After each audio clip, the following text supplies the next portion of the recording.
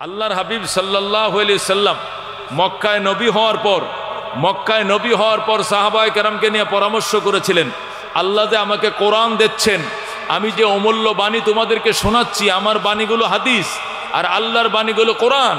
এই কোরআন এবং হাদিসগুলো আমার মৃত্যুর পরেও যেন পৃথিবীতে জিন্দা থাকে, এই জন্য মাদ্রাসা বানাইতে হবে। কি বানাইতে হবে? মাদ্রাসা বানাইতে হবে। তোমরা মাদ্রাসার জন্য জায়গা দাও। আল্লাহর হাবিব জায়গা কালেকশন করলেন।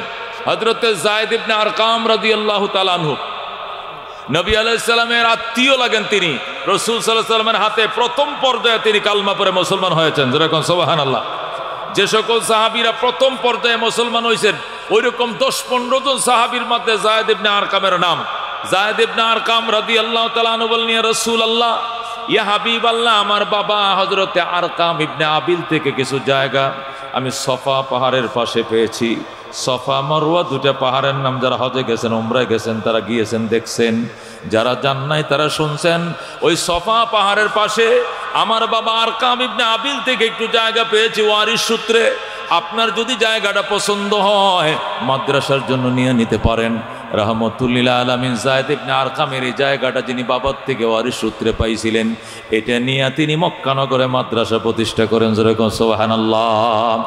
সেখানে এই মাদ্রাসা নবীজি নিজে প্রতিষ্ঠা করেন। প্রতিষ্ঠাতা রাহমাতুল্লিল আলামিন সিয়াসে, আর ওই কোরআন ছিল তার সিলেবাস। রসুল ছিলেন টিচার, সাহাবায়ে কেরাম ছিলেন ছাত্র। সেখানে 13 বছর পর্যন্ত কোরআন ও সুন্নাহর তালিম আল্লাহর হাবিব স্বয়ং নিজে দিয়েছেন। এরপরে হিজরত করে আল্লাহর হাবিব মদিনা শরীফ তশরিফ আনছেন। মদিনায় তশরিফ আনার পর মসজিদ নববী তিনি তৈরি করলেন। মসজিদ নববী তৈরি করার পর মসজিদ নববীর কোণার মধ্যে নতুন করে মাদ্রাসা শুরু করলেন। আল্লাহর হাবিব মসজিদ নববীর কোণার মধ্যে দারুস সুফা অথবা মাদ্রাসাতুস সুফা নামক মাদ্রাসা প্রতিষ্ঠা করলেন। সেখানেও 10 বছর পর্যন্ত কোরআন এবং সুন্নাহর তালিম চালু রাখলেন। 10 বছর পর আল্লাহর হাবিবের তিরুদান হয়ে গেল, নবীজি দুনিয়ার থেকে বিদায় নিলেন। আল্লাহর হাবিব বিদায় হওয়ার পর হযরতে আবু দারদা রাদিয়াল্লাহু তাআলা আনহুর নেতৃত্বে, আল্লাহু আকবার, সিরিয়ার রাজধানী দামেস্কে হযরত আবু দারদা রাদিয়াল্লাহু তাআলা আনহুর নেতৃত্বে কওমি মাদ্রাসা 3 নম্বর শাখাটা প্রতিষ্ঠা হয়। 1 নম্বর শাখা মক্কা নগরে প্রতিষ্ঠা হয়, 2 নম্বর শাখা মদিনায় প্রতিষ্ঠা হয়, 3 নম্বর হযরত আবু দারদা রাদিয়াল্লাহু তাআলা আনহুর নেতৃত্বে ওই সিরিয়ার রাজধানী দামেস্কে কওমি মাদ্রাসা 3 নম্বর শাখাটা প্রতিষ্ঠা হয়। এরপরে হযরত আব্দুল্লাহ ইবনে মাসউদ রাদিয়াল্লাহু তাআলা আনহুর নেতৃত্বে কুফা, ইরাকের শহর কুফা নগরীতে 4 নম্বর কওমি মাদ্রাসা প্রতিষ্ঠা হয়। এরপরে মিশরের রাজধানী কায়রোতে হযরত আমর ইবনে আস রাদিয়াল্লাহু তাআলার নেতৃত্বে কওমি মাদ্রাসার 5 নম্বর শাখা প্রতিষ্ঠা হয়। এরপরে হযরত সুলতান মাহমুদ গজনবী রহমাতুল্লাহ আলাইহির নেতৃত্বে কাবুলের তখনকার রাজধানী গজনিতে কওমি মাদ্রাসার 6 নম্বর শাখা প্রতিষ্ঠা হয়। এরপরে ইরাকের রাজধানী বাগদাদে বাদশাহ নিজামুল মুলুক, বাদশাহ নিজামউদ্দিন, যাকে নিজামুল মুলুক বলা হতো, তার নামে মাদ্রাসা নিজামিয়া নাম করে 7 নম্বর কওমি মাদ্রাসা প্রতিষ্ঠা হয়। যেরকম সুবহানাল্লাহ। এই মাদ্রাসা নিজামিয়ার নাম করে আজও পর্যন্ত কওমি মাদ্রাসাকে দরসে নিজামির মাদ্রাসা বলা হয়। ওই মাদ্রাসা নিজামিয়া যারা বাদশাহ নিজামুল মুলুক বানিয়েছিলেন, এখানে পৃথিবীর বিখ্যাত বিশিষ্ট আলেমরা এখান থেকে ইলমে দ্বীন অর্জন করেছিলেন। বিশেষ করে উল্লেখ করার মতো 3 জনের নাম। একজন হুজ্জাতুল ইসলাম হযরতে ইমাম গাজালি রহমতুল্লাহ আলাই, তিনিও মাদ্রাসা নিজামিয়ার ছাত্র ছিলেন। পারস্য কবি, বিশ্বকবি, আন্তর্জাতিক কবি শেখ সাদি রহমতুল্লাহ আলাই মাদ্রাসা নিজামিয়ার ছাত্র ছিলেন। 3 নম্বর বড় পীর মহিউদ্দিন আব্দুল কাদের জিলানী রহমতুল্লাহ আলাই বড় পীর সাহেব ওই মাদ্রাসার ছাত্র ছিলেন। যেরকম সুবহানাল্লাহ। মাদ্রাসা নিজামিয়া কত বড় মাদ্রাসা ছিলেন। এখানে হুজ্জাতুল ইসলাম হযরত ইমাম গাজালি লেখাপড়া করেছেন, শেখ সাদি রহমতুল্লাহ লেখাপড়া করেছেন, বড় পীর আব্দুল কাদের জিলানী লেখাপড়া করেছেন। এই মাদ্রাসা দেখে দেখে তখন মুঘলরা ভারতবর্ষ মাদ্রাসা প্রতিষ্ঠা শুরু করলেন। বাদশাহ আলতামাস, সুলতান আলতামাস রহমতুল্লাহ আলাই দিল্লিতে, ওই ভারতের রাজধানী দিল্লিতে তিনি কওমি মাদ্রাসার 8 নম্বর শাখা প্রতিষ্ঠা করেন। সুলতান আলতামাসের নেতৃত্বে যখন দিল্লিতে দারুল উলুম তৈরি হলো, এরপরে বাদশাহ আল্লাহু আকবার সালাউদ্দিন ঘুরি রহমতুল্লাহ আলাই আজমিরে তিনি কওমি মাদ্রাসার 9 নম্বর শাখা প্রতিষ্ঠা করেন। যেরকম সুবহানাল্লাহ। যখন দিল্লিতেও কওমি মাদ্রাসা হয়ে গেছে, ইরাকেও হয়ে গেছে, আফগানিস্তানে হয়ে গেছে, আরব রাজ্যগুলোতে হয়ে গেছে, তখন ওই বঙ্গপ্রদেশ 4টে প্রদেশ মিলে, বঙ্গপ্রদেশ ছিল কলকাতা এবং বাংলা, আসাম, উড়িষ্যা, এই 4টে রাষ্ট্র, কলকাতা, বাংলাদেশ, পশ্চিমবঙ্গ, পূর্ববঙ্গ। পূর্ববঙ্গটা হলো বাংলা, পশ্চিমবঙ্গ কলকাতা, উড়িষ্যা, আসাম, এই 4টে স্টেটের মানুষ বাংলা ভাষায় কথা বলতো। এই 4টে স্টেটকে মিলে তখন বঙ্গপ্রদেশ বলা হতো। এই বঙ্গপ্রদেশের মধ্যে 80,000 মাদ্রাসা ছিল, যেরকম সুবহানাল্লাহ। কওমি মাদ্রাসা শুরু করছেন রহমতুল্লিল আলামিন মক্কায়, শেষ করেছেন মদিনায়। আবু দারদা রাদিয়াল্লাহু তাআলা আনহু বানাইছেন দামেশকে, আব্দুল্লাহ ইবনে মাসউদ বানাইছেন কুফায়, আমর ইবনে আস বানাইছেন কায়রোতে, বাদশাহ নিজামুল মুলুক বানাইছেন দিল্লিতে, আব্দুল্লাহ ইবনে মাসউদ বানাইছেন কুফায়। এইভাবে হইতে হইতে হইতে মুঘলরা যখন মাদ্রাসা প্রতিষ্ঠা শুরু করলো, তখন বঙ্গপ্রদেশের মধ্যে 80,000 কওমি মাদ্রাসা, যেরকম সুবহানাল্লাহ। এই মাদ্রাসাগুলো চলার জন্য প্রত্যেকটা মাদ্রাসার নামে 100 বিঘা, 200 বিঘা, 50 বিঘা, 20 বিঘা সম্পত্তি অক্রিয়া ছিল। এই অক্রিয়া সম্পত্তির ফসল দ্বারা মসজিদ মাদ্রাসাগুলোকে পরিচালিত করা হতো। কিন্তু মুসলমানদের ভাগ্য খারাপ। যখন 1701 খ্রিস্টাব্দ শুরু হলো, তখন শাহজাহান ছিল ভারতের বাদশাহ। শাহজাহানকে ম্যানেজ করে ওই লাল কুত্তার দল ব্রিটিশরা ইস্ট ইন্ডিয়ান কোম্পানি নামে ভারতবর্ষে ঢুকে ওই সময় উলামায়ে কেরাম কালো পতাকা প্রদর্শন করে এবং বিরুদ্ধে মিছিল করে আর বলেছে এদের ইস্ট ইন্ডিয়ান কোম্পানি পৃথিবীর যে কোনো দেশে গেছে ওই দেশকে শোষণ করে খেয়েছে, সুতরাং ভারতবর্ষে ইস্ট ইন্ডিয়ান কোম্পানিকে ঢুকতে দেওয়া যাবে না। উলামায়ে কেরাম যখন ইস্ট ইন্ডিয়ান কোম্পানির বিরুদ্ধে প্রতিবাদ করে তুললেন, তখন বাদশাহ শাহজাহান উলামায়ে কেরামকে জেলের মধ্যে বন্দি করছে। বন্দি করে বলছে, মৌলবীরা উন্নত দেখতে পারে না, মৌলবীরা উন্নতি দেখতে পারে না। আমার দেশে আসবে ইস্ট ইন্ডিয়ান কোম্পানি ব্যবসার নিয়তে, আইসা আমাদের দেশে মিল ফ্যাক্টরি কারখানা তৈরি করবে, আমরা ডলার কামাই করব, আমরা পাউন্ড কামাই করব, এটা আমাদের দেশে উন্নয়ন হবে। কিন্তু মৌলবীরা সহ্য করতে পারে না, এই জন্য আলেমদেরকে জেল দিছে শাহজাহান। বাদশাহ শাহজাহান উলামায়ে কেরামকে জেল দিয়া, জেলের মধ্যে পাঠায়া এরপরে ইস্ট ইন্ডিয়ান কোম্পানিকে ওপেন করে দিছে। অল্প দিনের ভিতরে ইস্ট ইন্ডিয়ান কোম্পানির ওয়ালা এ দেশের ক্ষমতার মসনদে বৈশা মুঘলদেরকে ঘাড়ে ধরে ক্ষমতার থেকে তাড়িয়ে দিয়েছে। টিপু সুলতানকে পরাজিত করেছে, সমস্ত মুঘলদেরকে পরাজিত করে তারা ক্ষমতায় বসছে।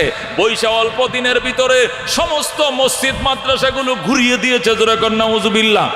মসজিদ কিছু রাখে নাই, তারা বুদ্ধি দিছে, দেখেন এই দেশে হিন্দু মুসলমান 2 ধর্মের মানুষ থাকে, সুতরাং শুধু মসজিদ থাকবে কেন? যেখানে 3টা মসজিদ আছে এখানে একটা মসজিদকে মন্দির বানাও, 2টা মসজিদ রাখো, একটা মন্দির বানাও, তাহলে লঘিষ্ঠ সংখ্যাগরিষ্ঠ একসাথে বাস করতে সুবিধা হবে। মুসলমান মাইনে নিছে, ঠিক আছে, একটা মসজিদকে মন্দির বানাও, 2টা মসজিদ ঠিক রাখো। কিছুদিন পরে কয় মুসলমানদের মসজিদ 2টা, হিন্দুদের মন্দির একটা, এটা হয় না, এই জন্য মুসলমানদের আরেকটা মসজিদ কমাও, মসজিদও থাকবে একটা, মন্দিরও থাকবে একটা। এর কিছুদিন পরে বলে, না এই দেশ তো ভারতবর্ষ তো সংখ্যা গরিষ্ঠ হলে হিন্দু, সুতরাং যেখানে 2টা মন্দির থাকবে সেখানে একটা মসজিদ থাকবে, যেরকম নাউজুবিল্লাহ।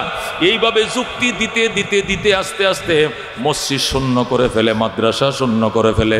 যখন মসজিদ মাদ্রাসা শূন্য করে তারা একচ্ছত্র রাজত্ব কায়েম করলো, মোগলদেরকে পরাজিত করলো, ক্ষমতার মস্তদে বসলো, আর হিন্দু রাজাদেরকে রাজা বানাইলো, মুসলমানদেরকে গোলাম বানাইলো। হিন্দুদের বাড়িতে ছাতা দিয়ে যাওয়া যায় না, জুতা পরে যাওয়া যায় না, নমস্কার করে যেতে হয়, ধুতি পরা বাধ্যতামূলক, লুঙ্গি পরা যাবে না, ধুতি পরতে হবে, শিলক দিতে হবে, সিঁদুর দিতে হবে, কাঙ্গন পড়তে হবে হাতের ভিতরে। তারা যখন বাধ্য করে ফেললো, তখন মাওলানা মাসুদ্দিন রহমতুল্লাহ আলাই তুমুল যুদ্ধ শুরু করে দিল আর বলল, বেঈমানের গোষ্ঠী, 80,000 মাদ্রাসা শুধু বঙ্গপ্রদেশ থেকে তোমরা ধ্বংস করেছো, হাজার হাজার মসজিদ ধ্বংস করেছো, তোমাদেরকে এই দেশে থাকতে দেওয়া হবে না। জিহাদ ঘোষণা করে দিল। ওই সময় ব্রিটিশের যিনি গভর্নর ছিল এই ভারতবর্ষে, তার নাম ছিল লর্ড ওয়ারেন হেস্টিংস। এই লর্ড ওয়ারেন হেস্টিংস তখন বলল, হে মাওলানা মাসুদ্দিন, যুদ্ধ বন্ধ করেন, আমরা আপনাদের হাজার হাজার মাদ্রাসা ভেঙে দিয়েছি, এর বিনিময় এমন একটা মাদ্রাসা বানিয়ে দেব যে মাদ্রাসার জন্য চাঁদা তুলতে হবে না, সরকারের সেই কি করবে, বহন করবে, বেতন ভাতা, ঘর দুয়ার, কিতাব, সিলেবাস সব সরকার প্রণয়ন করবে, এমন একটা মাদ্রাসা করে দিতেছি। তখন 1701-এ তারা ডুইকা 1781 খ্রিস্টাব্দে তারা কলকাতা আলিয়া মাদ্রাসা বানিয়ে দিল আর বলল, কলকাতা আলিয়া মাদ্রাসার জমি দিয়েছি আমরা, বিল্ডিং বানিয়ে দিয়েছি আমরা, সিলেবাস নির্মাণ করবো আমরা, প্রিন্সিপাল হব আমরা, শিক্ষকতা করব, আপনাদেরকে দিব, বেতন দেব আমরা, কিন্তু প্রিন্সিপাল দেব আমরা। এইভাবে তারা ব্রিটিশ প্রধান ওই যিনি লর্ড ওয়ারেন হেস্টিংস যে গভর্নর প্রধান ছিল, সে কলকাতা আলিয়া মাদ্রাসার প্রথম প্রিন্সিপাল, যেরকম নাউজুবিল্লাহ।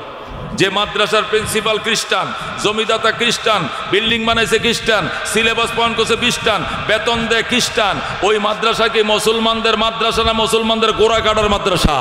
মুসলমানদের গোড়া কাটার মাদ্রাসা, কতক্ষণ ঠিক কিনা? এই গোড়া কাটার জন্য তারা আলিয়া মাদ্রাসা বানায় দিল। আলিয়া মাদ্রাসা কোনো আলেমে বানায় নাই, আলিয়া মাদ্রাসা কোনো মুলবি বানায় নাই, আলিয়া মাদ্রাসা ন্যূনতম কোনো ইমানদারে ভিত্তি প্রস্তুত করে নাই। এটা সম্পূর্ণ খ্রিস্টান ইস্ট ইন্ডিয়ান কোম্পানির পক্ষ থেকে বানিয়ে দেওয়া হয়েছে, কতক্ষণ ঠিক কিনা? আমাদের দেশে আমাদেরকে নিয়ে মানুষ উপহাস করে, হুজুর কি একটা প্রশ্ন উত্তর পাইলাম না জীবনে। কি প্রশ্ন? আমাদের জেনারেল শিক্ষা একমুখী। কোন আমাদের জেনারেল শিক্ষা কি? একমুখী। এটা ইংলিশ মিডিয়াম হোক আর বাংলা মিডিয়াম হোক, একমুখী শিক্ষা। কিন্তু আপনাদের মাদ্রাসা শিক্ষা দুইমুখী কেন? কিছু সরকারি, কিছু বেসরকারি, কিছু কওমি মাদ্রাসা, কিছু আলিয়া মাদ্রাসা। আপনাদের মাদ্রাসা শিক্ষা দুই ধরনের কেন? কিছু সরকার বহন করে, কিছু বেসরকারি। আমাদের এই জেনারেল শিক্ষা যে ব্যবস্থা আছে এটি একমুখী, আপনাদের মাদ্রাসা দ্বিমুখী। একটা সিলেবাস এরকম আর একটা সিলেবাস এরকম। তার কারণ কি? আমরা বলতে চাই আমাদের শিক্ষা ব্যবস্থা একমুখী আগেও ছিল, একমুখী এখনো আছে। মাঝখান দিয়ে 200 বছর ব্রিটিশরা এদেশের মসজিদ মাদ্রাসা ধ্বংস করে দিয়া তারা দ্বিমুখী একটা শিক্ষা আমাদের গাড়ে সোয়ার করে রাইকা চলে গেছে, কতক্ষণ ঠিক কিনা? যেটা ওই সরকারিভাবে করে থুয়ে গেছে, সরকার এখনো আছে। সরকারগুলো ভারত ভেঙ্গে, ভারত ভেঙ্গে 5 রাষ্ট্র হয়েছে, নেপাল, ভুটান, বার্মা, বাংলাদেশ, পাকিস্তান, হিন্দুস্তান রাষ্ট্র হয়েছে 5-6টা। ব্রিটিশ ভেঙ্গে 5-6টা রাষ্ট্র ভারতবর্ষ থেকে ভাগ হওয়ার পরে প্রত্যেকটা সরকারের কাঁধে ওই আলিয়া মাদ্রাসাগুলো চাপায়া থুয়ে গেছে। এখন এগুলো চলছে। এইগুলো আগে নবীও বানায় নাই, এইগুলো পরে উলামায়ে কেরামও বানায় নাই। মাঝখান দিয়ে ব্রিটিশরা আমাদের কাঁধে আমাদের 80,000 মাদ্রাসা ভাঙ্গিয়া পরে সান্ত্বনার জন্য কলকাতা আলিয়া বানায় থুয়ে গেছে, কতক্ষণ ঠিক কিনা? যে মাদ্রাসা প্রতিষ্ঠা করে খ্রিস্টানে, যে মাদ্রাসার প্রিন্সিপাল খ্রিস্টান, শুধু প্রথম প্রিন্সিপাল নয়, প্রথম প্রিন্সিপাল থেকে নিয়ে একটানা 25 জন প্রিন্সিপাল ছিল খ্রিস্টান কলকাতা আলিয়ার, জোরে কর নাউজুবিল্লাহ। যে মাদ্রাসার 25 জন প্রিন্সিপাল খ্রিস্টান থাকে, এই মাদ্রাসা কি ইসলাম প্রতিষ্ঠার জন্য না ইসলামের গোড়া কাটার জন্য? আপনারাই বলেন, গোড়া কাটার জন্য। এই জন্য যারাই কথা বলেন হুজুর আপনাদের মাদ্রাসা শিক্ষা দুই ধরনের কেন, সবাই সরকারি হয়ে যান, তাহলে সাহায্য সাহায্য কিচ্ছু দরকার নাই। সরকারে বিল্ডিং বানায় দিব, সরকারে বেতন দিব, সরকারে বাড়ি ভাড়া দিব, সরকার চিকিৎসা ভাতা দিব। দেখেন না আলিয়া মাদ্রাসার হুজুরা কি শান্তিতে আছে, মাশাআল্লাহ। আমরা বলতে চাই দোস্ত, এগুলো আমাদের আকাবের দ্বারা বানানো মাদ্রাসা নয়। আপনারা যারা আলিয়াতে পড়ছেন বা পড়ান, মনে কষ্ট নিয়েন না, আমি ইতিহাস বলতেছি। মানুষ আমাদেরকে প্রশ্ন করে আমাদের জেনারেল শিক্ষা একমুখী শিক্ষা, কিন্তু আপনাদের মাদ্রাসা শিক্ষা দুইমুখী কেন? কিছু কওমি, কিছু সরকারি। কারণটা কি? নবী আলাইহিস সালাম প্রথম যায়েদ ইবনে আরকাম রাদিয়াল্লাহু তাআলা আনহু জায়গা নিয়ে যে মাদ্রাসা বানাইছিলেন, ওইটা কওমি মাদ্রাসা ছিল। মদিনায় দারুস সুফা কওমি মাদ্রাসা ছিল। আব্দুল্লাহ ইবনে মাসউদ বানাইছেন, কওমি মাদ্রাসা ছিল। যায়েদ ইবনে আরকাম বানাইছেন, কওমি মাদ্রাসা ছিল। আবু দারদা রাদিয়াল্লাহু তাআলা কওমি মাদ্রাসা ছিল। সালাউদ্দিন আইয়ুবী, সালাউদ্দিন ঘুরি, সালাউদ্দিন সহ তার সুলতান আলতামাস সহ যত মাদ্রাসা বাত্রা নেজামিয়া সব কওমি মাদ্রাসা ছিল। মাঝখান দিয়া 1701-এ যখন ইহুদিরা ঢুকলো, লাল কুত্তার দল ভারতে ঢুকলো, ঢুকে সমস্ত মসজিদ মাদ্রাসা ঘুরিয়ে দিল এবং মাদ্রাসাগুলোর নামে হাজার হাজার বিঘা সম্পত্তি অক্রিয়া ছিল, অক্রিয়াগুলো বাজেয়াপ্ত করে দিল। বাজেয়াপ্ত করে দিয়া তারা সান্ত্বনার জন্য হাজার মাদ্রাসার পরিবর্তে একটা আলিয়া মাদ্রাসা বানিয়ে দিল। এর পরবর্তীতে আস্তে আস্তে পরে আরও কিছু শাখা প্রশাখা তারা খুলেছে। এই হলো আলিয়া মাদ্রাসার ইতিহাস। 1701 খ্রিস্টাব্দে ব্রিটিশ বিনিয়ারা, 1701-এ ব্রিটিশ ঢুকছে ভারতবর্ষে, 1781-তে কলকাতা আলিয়া বানাইছে। 1866 খ্রিস্টাব্দে যখন এদেশের উলামায়ে কেরাম দেখলো যে এই আলিয়া মাদ্রাসা যদি আমাদের ছেলেরা পড়ে, তাহলে স্কুল আর মাদ্রাসার কোনো বেশ কম থাকবে না, কতক্ষণ ঠিক কিনা? দেখবেন আলিয়া মাদ্রাসার 50 জন ছাত্র হইলে 25 জন ছাত্র স্কুলের মতো, দাড়িও নাই, মুছাও নাই, খাড়ায় মতে, প্যান্ট শার্ট সব। আর 25টা দেখা যায় মুহাক্কিক বুজুর্গ কিছু উস্তাদ পাওয়ার কারণে, কিছু বুজুর্গ উস্তাদ আলিয়া মাদ্রাসাগুলোতে থাকে, আমলদারি উস্তাদদের একান্ত শাসনের কারণে এরা আছে পাঞ্জাবিও পরে, দাড়িও রাখে, নমাজও পড়ে। কতক্ষণ ঠিক কিনা? আবার কিছু মনে করে যেহেতু সিলেবাস সব স্কুলের মতো, কলেজের মতো, ভার্সিটির মতো, সুতরাং আমরা ভার্সিটির থেকে কোনো দিক দিয়ে কম নাকি, হেরায় খাড়ায় মুততে পারলে আমরা খাড়াইয়া প্রস্রাব করতে পারবো না কেন, এই কিছু প্রতিযোগিতা দৈন্য আছে। কতক্ষণ ঠিক কিনা? সবচেয়ে খারাপ তা নয়, বহু ভালো আছে আলিয়ার মধ্যে। আলিয়া মাদ্রাসায় হাদিস পড়ায়, কওমি মাদ্রাসায় দাওরা হাদিস পাস, এরকম বহু আছে। দেওবন্দের ফারেক, হাটাদারির ফারেক, লালবাগের ফারেক, ফরিদাবাদের ফারেক, বহু ফারেকের উলামায়ে কেরাম আছে যারা মাঝে মাঝে গেপে গেপে দাখিল আলেম ফাজেল পরীক্ষা দিয়া আলিয়া মাদ্রাসায় তারা মুহাদ্দিস পোস্টে চাকরি নিয়ে নিছে। কতক্ষণ ঠিক কিনা? এদের সহবতে, এদের তালিম ও তরবিয়তের কারণে আলিয়াতেও আলহামদুলিল্লাহ অনেক ছেলে আছে, তাদের আমল আখলাক চরিত্র অনেক ভালো। সবাই যে খারাপ আমি তা বলছি না, আমি শুধু একটা প্রশ্নের উত্তর দিতেছি। হুজুর, আপনারা কওমি মাদ্রাসা বছর একটা সভা সমিতি করেন, চাউল ডাল বাঁশ কালেকশন করেন, ওয়াজ শুনতে আয়ও শান্তি পাই না, পরে কোন দেন 10 টাকা দেন, 20 টাকা দেন, এইগুলো তো দরকার নেই। আলিয়া মাদ্রাসা করেন, এগুলো সব বন্ধ করে দেন, সরকারে টাকা দিবে। কতক্ষণ ঠিক কিনা? আলিয়া হতে আমাদের কোনো বাধা ছিল না, কিন্তু আমরা 1781-তে আলিয়া মাদ্রাসা দেওয়ার পর আমরা 1866 পর্যন্ত অপেক্ষা করেছি, প্রায় 100 বছরের কাছাকাছি অপেক্ষা করার পর, 90 বছর অপেক্ষা করার পর দেখলাম যে এখান থেকে নবীর ওয়ারিস তৈরি হয় না, যোগ্য ওয়ারাসাতুল আম্বিয়া তৈরি হয় না, ব্রিটিশ বিরোধী আন্দোলনকারী তৈরি হয় না, জিহাদের পক্ষে কথা বলা, বাতিলের বিরুদ্ধে হুঙ্কার দিয়ে কথা বলার লোক তৈরি হয় না। কতক্ষণ ঠিক কিনা? সরকারের টাকা খাইয়া, সরকারের বেতন খাইয়া যদি আলিয়া মাদ্রাসা মিছিলে বাইর হয়, পরের দিন দৌড়ে দৌড়ে সব চাকরি খাইয়া প্যাকেট করে দেশে পাঠাই দিব। কতক্ষণ ঠিক কিনা? এই জন্য যত মিছিল, যত মিটিং, জীবনের ঝুঁকি নিয়ে টেয়ার সেলের সামনে জেল এবং জুলুম যা বুক করেছে এই ফ্যাসিস্টের আমলে, হিসাব নিয়ে দেখেন 100-র মধ্যে 100% আলেম, কওমি মাদ্রাসার আলেম জেল কেটেছে। কতক্ষণ ঠিক কিনা? কেন? ওরা সরকারের নুন তেল খায়ও না, সরকারকে হিসাব করে কথাও বলে না। এই জন্য ইসলামের পক্ষে কথা বলে, গলায় শিকল লাগায়, জেলে যায়, পায়ে বেরি লাগায়, কিন্তু সত্য কথা বলতে পরোয়া করে না। কতক্ষণ ঠিক কিনা? এই জন্য দোস্ত 1866 খ্রিস্টাব্দ পর্যন্ত অপেক্ষা করছে, দেখি কলকাতা আলিয়ার কেমন সন্তান বের হয়, কেমন আলেম বের হয়। দেখলো যে না, আশা অনুপাতে পয়গম্বরের ওয়ারিস বের হয় না। এরপরে আল্লাহু আকবার, একদল উলামায়ে কেরাম, হযরতে কাসেম নানতুবি রহমতুল্লাহ আলাই, শব্বির আহমদ উসমানী রহমতুল্লাহ আলাই, একজন বুজুর্গ উলামায়ে কেরাম এই ভারতবর্ষে সফর শুরু করলেন, তারা মাদ্রাসা বানাবে। বার্মা পর্যন্ত সফর করছেন, কেউ বার্মার রেঙ্গুনে যেখানে রোহিঙ্গারা ছিল যে প্রচেষ্টাতে, ওই আরাকান রাজ্যে কেউ বলছেন এখানে বানাইলে ভালো হবে, এই জায়গাটা খুব সুন্দর নদীর পাড়ে, কেউ বলছেন আরাকানে কওমি মাদ্রাসা বানাবে, কেউ বলছে চট্টগ্রামে, কেউ বলছে রাজশাহীতে, কেউ বলছে আল্লাহু আকবার ওই উড়িষ্যা আসাম প্রদেশে ছিল, তখন সিলেট ছিল আসামের আওতাধীন, কেউ বলছে সিলেটের মধ্যে, কেউ বলছে কলকাতায়, কেউ বলছে ইসলামাবাদে, কেউ বলছে করাচিতে, বিভিন্ন জায়গায় জায়গা নির্ধারণ করছে। কওমি মাদ্রাসার বড় ইউনিভার্সিটিতে কোথায় বানানো যায়। সর্বশেষ উলামায়ে কেরাম সফর করছেন ইউপিতে, উত্তরপ্রদেশে যায় সাহারানপুর জেলায় ঢুইকা দেওবন নামক গ্রামের ভিতরে যায় তারা এলেমের গন্ধ পাইছে না। কেজরে গো সুবহানাল্লাহ। উলামায়ে কেরাম বলে এখানে গ্রান লাগতেছে এলেমে নবুয়তের, উলুমে নবুয়তের গ্রান পাওয়া যাইতেছে। সাব্বির আহমদ উসমানী, আল্লাহু আকবার, কাসেম নানতুবিকে এখানে ঘুমাবো, এখানে ইতিকাফ করব, এখানে আমরা কি করব? আমরা রাত্রিবেলা এখানে মুরাকাবা করব, মুজাহাদা করব, এখানে আমরা রাত্রি যাপন করব। দেখি কোনো ইশারা পাই কিনা, এখানে কোনো ইশারা পাই কিনা। তামাম ভারতবর্ষ সফর করে সর্বশেষ দেওবন নামক গ্রামে, সাহারানপুর জেলার, উত্তরপ্রদেশের সাহারানপুর জেলার দেওবন নামক গ্রামের ভিতরে একদল উলামায়ে কেরাম যায়, বললেন এখানে গন্ধ পাইতেছে এলেমের। তারপরে রাত্রে তারা সেখানে শুয়ে যায়, ইস্তেখারা দোয়া করে শুয়ে যায়। 5-7 জন আলেম একসাথে শুইছেন, প্রত্যেকটা আলেমকে রহমতুল্লিল আলামিন স্বপ্ন দেখাইছেন। জোরে কোন সুবহানাল্লাহ। প্রত্যেকটা আলেম রাত্রিবেলায় স্বপ্ন দেখছে। কাসেম নানতুবির নবী ডাক দেখো, কাসেম আয় আয় আয়, আল্লাহু আকবার। কাসেম নানতুবিকে নবী হাত দিয়ে টান দিয়ে ধরে আয়, কাসেম নানতুবিকে নবী হাতে ধরে নিয়ে আয়।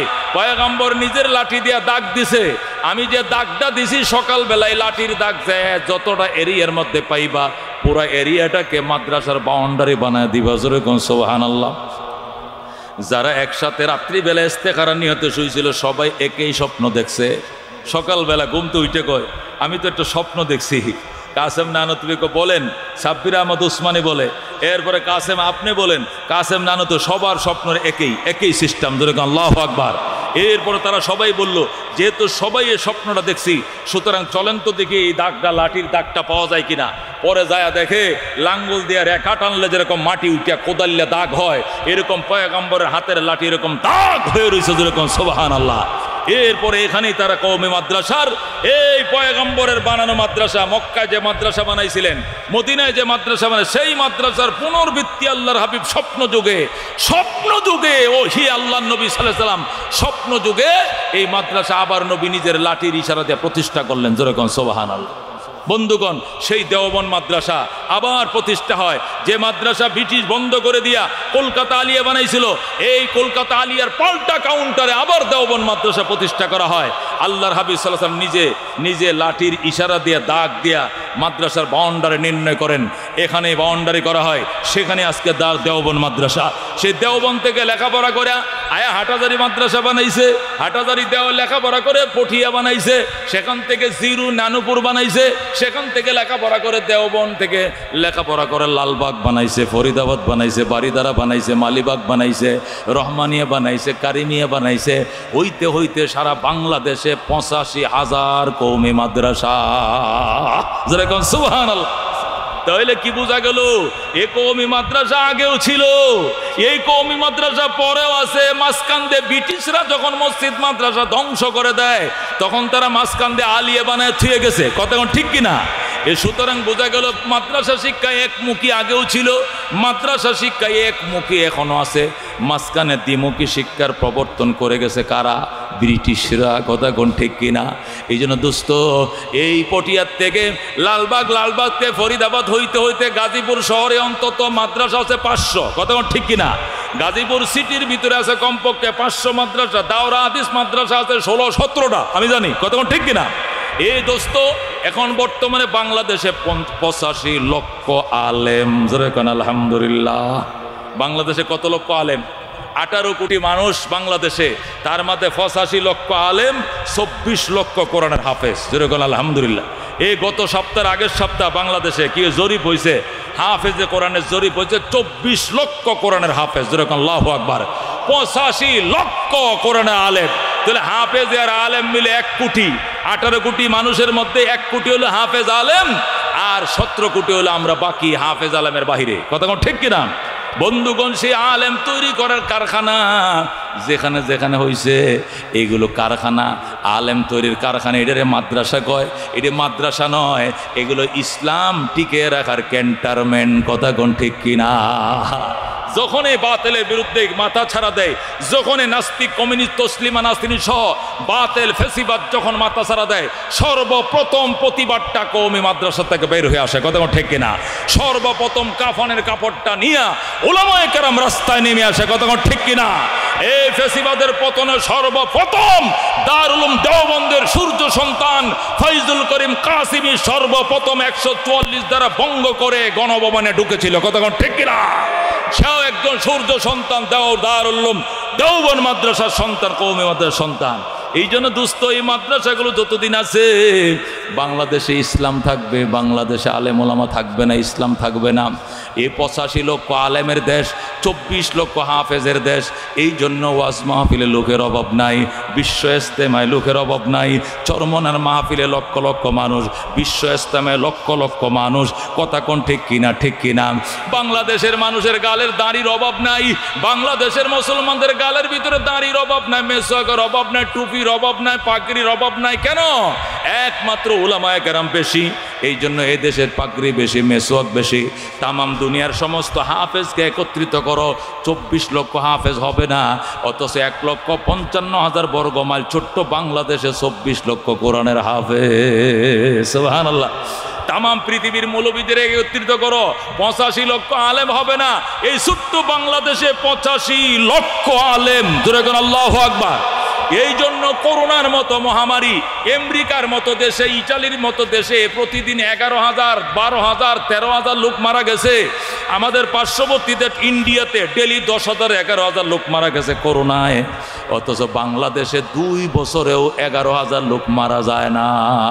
এই কথা ঠিক কিনা? কারণ হলো এদেশে উলামায়ে কেরাম আছে, নবীর ওয়ারিস আছে। প্রধানমন্ত্রী তখন বলতো, যখন বিপদ আইছে আলেম ওলামা বলতো, হুজুর আমাদের টিকা বানানোর পয়সা নাই, আমগো দেশের টিকা আইতে আইতে আমরা মইরা শেষ হয়ে যাবো, এই জন্য দোয়া করেন, দোয়াই আমাদের বড় টিকা। এই জন্য সমস্ত স্কুল কলেজ শিক্ষা প্রতিষ্ঠান ওই করোনার টাইমে বন্ধ দিয়ে দিলেও উলামায়ে কেরাম কওমি মাদ্রাসাকে বন্ধ করে না। এই কথা ঠিক কিনা? সমস্ত শিক্ষা প্রতিষ্ঠান ইউনিভার্সিটি বন্ধ ছিল, আলিয়া বন্ধ ছিল, সমস্ত স্কুল ভার্সিটি বন্ধ ছিল, কিন্তু কওমি মাদ্রাসা আমরা বন্ধ দেই নাই। বাংলাদেশের প্রধানমন্ত্রী বলছে আপনাদেরগুলো খোলা থাক, আপনারা যদি বন্ধ করে দেন তাহলে আমরা হতাশ হয়ে যাব, দোয়া চাইব কার কাছে? এই 24 লক্ষ হাফেজে কোরআন দিনে রাত্রে 4টে বাজে উঠছে, উইটে যখন সূরা ইয়াসিন পড়া শুরু করছে, আল্লাহ ডাক দেখো গরিব দেশে টিকা বানানো হইছে নাই, এই জন্য টিকা লাগতো না। আল্লাহ কোরআনের তেলাওয়াতের বরকতে আল্লাহ রাব্বুল আলামিন করোনা এই দেশে বড় থাবা দিতে পারে না। এই কথা ঠিক কিনা?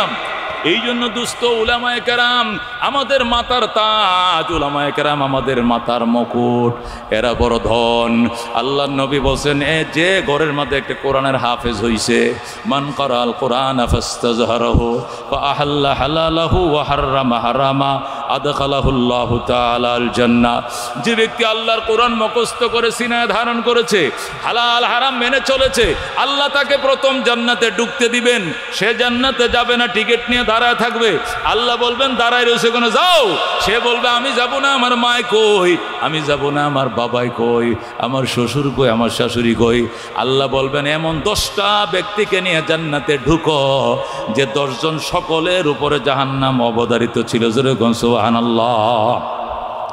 একটা হাফেজে কোরআন 10টা ব্যক্তিকে জাহান্নাম থেকে জান্নাতে নিবে। আর এক একটা আলেমের অবস্থা আল্লাহ নবী বলেন, উলামা উম্মতি কাম্বিয়ায়ে বনি ইসরাইল, আমার উম্মতের এক একটা আলেমকে আল্লাহ এত পাওয়ার দিবে, বনি ইসরাইল এক একটা নবী যেরকম দেশ নিয়ে গ্রাম নিয়ে জান্নাতের দিকে রওনা করবে, আমার উম্মতের এক একটা আলেম এরকম সম্প্রদায়কে নিয়ে জান্নাতে যাবে। যেরকম সুবহানাল্লাহ। এই জন্য দোস্ত, আলেম যদি এই দেশে না থাকতো, দাঁড়িয়ে আপনাদের গালে থাকতো না, আলেম না থাকলে ওয়াজ থাকতো না, আলেম না থাকলে নমাজ থাকতো না, আলেম না থাকলে আজান দেয় না, মুয়াজ্জিন পাইতাম না। কথা কোন ঠিক কিনা? আলেম না হইলে নামাজ পড়ার না ইমাম পাইতাম না। কথা কোন ঠিক কিনা?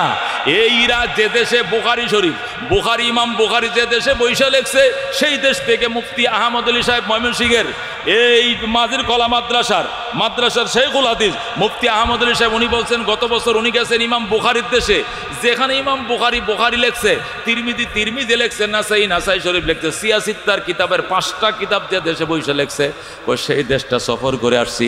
একটা মহিলার মাথায় কাপড় দেখি না, বোরকা দেখি নাই, একটা পুরুষের গালে দাড়ি দেখি নাই, শুধু মসজিদের ইমাম ছাড়া কাহারও গালে কোনো দাড়ি নাই। কারণ ওই দেশে আলেম না থাকার কারণে ইমাম বুখারীর দেশের মানুষের গালের ভিতরেও দাড়ি নাই। যেরকম নাউজুবিল্লাহ। সমস্ত মহিলারা দোকানদার, মাছ বেচতে তো দোকানদার মহিলা, কসমেটিক বেচতেছে মহিলা, কাপড় বিক্রি করতেছে মহিলা, ফল বিক্রি করতেছে মহিলা। অথচ ইমাম বুখারীর দেশ, কারণ ওই দেশের রাষ্ট্রীয় বিধান হলো হজ করা নিষেধ, ওই দেশের রাষ্ট্রীয় বিধান হলো আজান দেওয়া, নামাজ পড়া নিষেধ, আওয়াজ দেওয়া নামাজ পড়া যাবে না, হজ করা যাবে না, দাড়ি রাখা যাবে না, মহিলাদেরকে হেজাব পরা যাবে না। এইভাবে মেয়ে 2টা বিয়ে দিয়াই 30 বছরের কামাই 20 লাখ টাকা পাইছিলাম, সব শেষ। হজ করার মতো ভাগ্য নাই, হজ করার নিয়ত ছিল, এটাও পারবো না, টাকা শেষ। ও দুস্থ, 10টা টাকা লাগবে না, তোমার মেয়েকে আলেমা বানাও, এই জামিয়া কারিমিয়া মাদ্রাসা মেয়েটাকে দাওরা হাদিস পাস করাও। আমাদের কাছে ডজনে dozen army officer, police officer, banker, master আমাদেরকে বলে, হুজুর মহিলা মাদ্রাসার একটা মেয়ে দিবেন, আমি বিয়ে করব, 10টা টাকাও দিতে হবে না, আমি টাকা পয়সা সোনা গয়না দিয়ে সাজায় আনবো, তারপর একজন নির্ভরযোগ্য একটা মেয়ে চাই। স্কুল কলেজের মেয়েটা 4টা 5টা মোবাইল ব্যবহার করে, বিয়ার আগে 6-7টা প্রেম করে জীবন যৌবন ধ্বংস করে দেয়। কথা ঠিক কিনা? একটা মেয়ে শুধু প্রাইমারি থেকে হাই স্কুলে যাওয়ার পরে এই সাইজের একটা মোবাইল, আবার মিডিয়াম সাইজের একটা, আরেকটু ছোট একটা, আবার বাটনওয়ালা একটা, সিম গ্রামীণটাও আছে, এয়ারটেলেরটা আছে, টেলিটকেরটা আছে, আরো যত সিম আছে সবকটা সিম তার কাছে আছে। যে মেয়েটা মাত্র 7-এ উঠছে, যে মেয়েটা মাত্র 8-এ উঠে, এই মেয়েটার জন্য 10টা মোবাইল সেট লাগে কেন, 7টা লাইন লাগে কেন? বুঝা গেছে বিয়ার আগে 9 জায়গায় তার বিয়ে হয়ে গেছে। কথা ঠিক কিনা? এই জন্য যারা একটা মতামত আলাই গ্রহণযোগ্য নির্ভরযোগ্যটা সতী মেয়েকে বিয়ে করতে চায়, এরা আমাদের কাছে আয়সা হুজুর আপনার হাতে একটা মেয়ে বাচ্চা দেন, এটা নিব। আল্লাহু আকবার। আমাদের মাদ্রাসাগুলোর মধ্যে ফুলটা যেভাবে ফুটে ওইভাবে আমরা সংরক্ষণ করি। এখান থেকে একটা পাপড়ির উপরে কেউকে হাত দিতে আমরা দেই না। এ মুসলমান, গোলাপ যে কোনো ফুল ফোটার পরে পাপড়ি থাকে কিনা, হুঙ্গাগুলো থাকে কিনা কাটা কাটা, এই পাপড়িগুলো আমরা একটা মেয়ে যুবতী হওয়ার পর এই মাদ্রাসাগুলোতে যখন ভর্তি করে দাওরা হাদিস পড়ার পরে পাপড়ির যেরকম ফুলের থেকে পাপড়ি থেকে আঘাত করতে পারে না, এদের উপরে এরকম আঘাত করতে পারে না। আমরা 100% মোবাইল মুক্ত রাখি। আমাদের মহিলা মাদ্রাসাগুলো মোবাইল ইউজ করা সম্পূর্ণ হারাম। একবারে ভর্তির আগেই বলে দেওয়া হয় এখানে মোবাইল ইউজ এখন সম্পূর্ণ নিষেধ। অভিভাবকের সাথে কথা বলতে হলে টাকা ফুরায় গেছে, বোর্ডিংয়ে চাউল নাই ডাল নাই, মাসিক খরচ দিতে হবে। টিচার যিনি থাকবেন শিক্ষিকার মোবাইলে মার মোবাইলে কথা বলতে হবে, শিক্ষিকার মোবাইল দিয়ে বাবার সাথে কথা বলতে হবে। একটা বাটন সেট পর্যন্ত ব্যবহার অনুমতি আমাদের মাদ্রাসাগুলোতে নাই। কথা ঠিক কিনা? কেন? এই মোবাইল সেট একটা মেয়ের হাতে গেছে মানিয়ে চরিত্র, জীবন, যৌবন সব ধ্বংস। কথা ঠিক কিনা? এই জন্য দেখা যায় আমাদের এই মেয়েগুলো এই মাদ্রাসা যে সমস্ত মেয়েরা পড়ে আলহামদুলিল্লাহ, এরা যদি কালো হয়, এরা আলোর ছাড়া এই ঘরের ভিতরে থাকতে থাকতে থাকতে ইবাদতের নূর, কোরআন হাদিসের নূর, নামাজের নূর, পরপুরুষের নজর বদনজর থেকে হেফাজতের কারণে কালো মেয়েটার ভিতরে একটা আলাদা একটা নূর ছকছক করতে থাকে। এই মেয়েগুলোকে এক দেখা মাত্র একটা ছেলে পছন্দ করে ফেলে, যেরকম আল্লাহু আকবার। আর একটা মেয়ে যত সুন্দরী হোক না কেন, এইটারে সারাদিন অর্ধলঙ্গ অবস্থায় যখন হাজার হাজার ছেলে দেখতেছে আর বলতেছে কারবান মাইয়াটা যদি লইয়া কক্সবাজার যাইতে পারতাম, কারবান মাইয়াটা যদি নীরবে বসে একটু কথা বলতে পারতাম, কারবান মাইয়াটা যদি নম্বরটা একটু পাইতাম তো নিরিবিলি কথা বলতাম। এই বলতেছে আর জিব্বার ফানি ফেলতেছে, যৌবনের টাঁচ লাগাইতেছে। এই মেয়ের সুন্দর চেহারা জ্বলছে যাচ্ছে। কাপড় যেরকম অতি রোদের মাথায় শুকাইলে জ্বলে যায়, কাপড়ের ঝিলিক নষ্ট হয়ে যায়। মেয়েরা এই উলঙ্গ অবস্থায় পরপুরুষকে দেখাইতে দেখাইতে নূরের ফুকাত চলে যায়। শুধু চামড়া সুন্দর কি হইল, মায়া বলতে চেহারায় কিছু থাকে না। কথা ঠিক কিনা? এরপরেও যদি কেউ ওই সুন্দর চেহারা দেখে বিয়ে করে, শুক্রে 8 দিন, 9 তারিখ 9ম দিন 1 2 3 চলে যাও বাপের বাড়ি। কথা ঠিক কিনা? কি হয়েছে? গত শনিবারে বিয়া, এই রবিবারে আবার আইছেন তালাক নামার জন্য। ঘটনা কি? কয় না হুজুর আগে জানতাম না, 11 জায়গায় আছে লাইন। কয় জায়গায়? বাসায় আসি চাকরি বাকরি করে সারাদিন, আইসেন ডায়াল কলগুলো চেক করলে রহমত আলী, কদম আলী, কুদ্দুস মিয়া, সোনা মিয়া, বাসা মিয়া, 11জনের সাথে। এত কার সাথে কথা বলছো? এটা খালতো ভাই, এটা তালতো ভাই, এটা ফুয়াতো ভাই, এটা ক্লাইন্ট, এটা কলিগ, এটা ছাত্র স্টুডেন্ট, এ বয়ফ্রেন্ড, এটা গার্লফ্রেন্ড। তোমার গার্লফ্রেন্ড লয়ে তুমি যাও, তোমার পথ তুমি দেখো, তোমাকে নিয়ে আমি সংসার করব না। আমার ঘরে থাকতে হইলে শুধু আমার সাথে কথা বলতে হবে, অন্য কোথাও কথা চলবে না, চলবে না, চলবে না। কথা ঠিক না? ও দোস্ত, এই কথাগুলো মনোযোগ দিয়ে যদি শুনে থাকেন তাহলে একটু খেয়াল করে শুনেন। কি বুঝলেন? এখনো যেভাবে ফুলটা ফুটে পাপড়ি সহ কত থাকে কওমি মাদ্রাসার মেয়েরা। কথা ঠিক কিনা? এই জন্য কোনো বাপের যদি 5টা মাইয়াও থাকে তারপরে কোনো টেনশন নাই, 10 টাকা খরচ লাগতো না। জামাই আইসা তার মতো করে মাইক্রো দিয়ে সাজায় সোনা গয়না করায় মেয়ে নিয়ে চলে যাবে। 10 জন বরযাত্রী নিয়ে আপনার বাড়িতে আসবে না। জানে মেয়ের বাড়িতে কোনো খানা নাই, খানা হইলো ছেলের বাড়িতে। ও আউলিম ওলাউকানা বিষাদ, অলিমা করো ছাগল দিয়া, ওহা উট দিয়া, গরু দিয়া, মুরগি দিয়া। অলিমার দায়িত্ব ছেলেকে দিয়েছে ইসলামে। মেয়ের বাড়িতে কোনো খাবার নাই, এই জন্য মেয়ের বাড়িতে কোনো আনুষ্ঠানিকতা নাই। শুধু মেয়েটাকে আপনার অনুমতি দিবেন, কাবিল তু আমি কবুল করিলাম, খেজুর খাওয়াইয়া মেয়ে নিয়া রাজ সংসারে ঢাকা নিয়ে রাজ সংসার করবে। সে তো চলবেই, শ্বশুরকে হেল্প করবে উল্টা। শ্বশুর বাড়িতে কিছু নেওয়া তো দূরের কথা, বরং শ্বশুর বাড়িকে আর উল্টা হেল্প করবে। আপনার মেয়েকে দিনদার বানায় আমারে মালিক বানিয়ে দিয়েছেন, এই জন্য আমি ধন্য, আপনিও ধন্য। আপনার কি লাগবে আমাকে বলে, আমি উল্টা আপনাকে দিব, আপনি আমাকে যৌতুক দিতে হবে না, হবে না, হবে না। কথা ঠিক কিনা? এই জন্য দোস্ত, এই জাতীয় মাদ্রাসাগুলো আমাদের অত্যন্ত দরকার, অত্যন্ত দরকার। আল্লাহু আকবার। কঠিন ময়দানে হাসরে এক একটা আলেম, এক একটা হাফেজ জান্নাতে নিয়ে যাবে, জান্নাতে নিয়ে যাবে। ওই দিন যেটা খারাইয়া মুততো, যেটা দাঁড়াইয়া প্রস্রাব করতো, গরুর মতো সেনাইতো, এরা নিজেরাই এনফসি এনফসি বলবে। আপনারা আবার ভার করবে, বলবে, বাপে করবে, তুই আমার সামনে পড়িস না, তুই আমার শেষ করছস, দুনিয়াও শেষ করছস, আখিরাতে তুই আমার ফুলা, এটা আমি স্বীকারই করি না। বাপ ছেলেকে অস্বীকার করবে, ছেলে বাবাকে অস্বীকার করবে, কিন্তু ওই কোরআনের হাফেজ ছেলেটা দূরে আসবে, আব্বা আপনি আমার আব্বা লাগেন, আমি আপনার মাঝে ছেলে। কহ বাবা তোমারে চিনছি, বাবাকে কোনো সমস্যা আসেনি? কো আছে বাবা। দুনিয়াতে জানতাম নিজের গায়ে চামড়া দিয়ে জুতা বানায় দিলেও বাবার হক আদায় হবে না, এটা এখনো জানি গো বাবা। বাবা গো, আল্লাহ আমার 10টা টিকিট দিছে সুপারিশের জন্য, 1 নম্বর টিকিটটা আপনার হাতে তুলে দিলাম। আল্লাহু আকবার।